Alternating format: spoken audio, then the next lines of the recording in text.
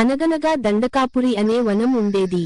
ఆ వనంలో ఉన్న మృగరాజుకు ఒక సమస్య వచ్చింది. అతని మంత్రి లేపోష్వదనం అటవిలో ఏం జరిగిందో తెలియకుండానే కనబడటం మానేశాడు. దాంతో మృగరాజు తన విశ్వసనీయమైన సలహాదారుడు సింహంను పిలిచి, మా మంత్రిని వెతికి తీసుకురా అని ఆదేశించాడు. సింహం వెంటనే 3 నక్కలను పిలిచి, మా మంత్రిని ఎక్కడ చూసినా వెంటనే నాకు తెలియజేయండి అని చెప్పి అడవిలోకి పంపింది. 3 రోజులు గడిచినా మంత్రికి ఎలాంటి సమాచారం రాలేదు. దాంతో సింహం స్వయంగా బయలుదేరింది. కొంత దూరం వెళ్ళగానే దారి మధ్యలో ఒక నక్కను చూసింది. ఆ నక్క దుర్బలంగా కనిపించింది. సింహం అడిగింది, నువ్వు మంత్రిని చూశావా? నక్క తల వంచి, రాజా, నేను వెతికాను, కాని ఆయన ఎక్కడ ఉన్నారో తెలీదు అని చెప్పి కిందికి వాలి పడిపోయింది. కొంతసేపు తర్వాత మరో నక్కను చూసింది. అది కొంచెం దూరంలో గుహ దగ్గర ఉంది.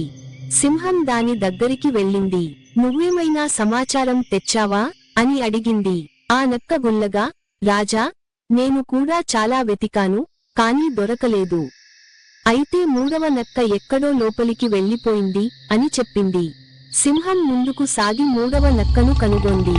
అది రాజు మంత్రిని తిన్నది. దాంతో సింహం ఆగ్రహంతో గర్జించింది. ఈ నక్కకు మంత్రిని కాపాడే బాధ్యత ఉండగా దానిని తినడం ఎంత దుర్మార్గం!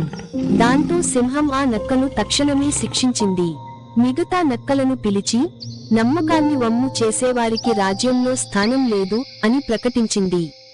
మూలిక నీతి: నమ్మకాన్ని నిలబెట్టుకోవడం ఎంత కష్టం అయినా దానిని చెడగొట్టే ఒక్క తప్పు జీవితాన్నే మార్చేస్తుంది.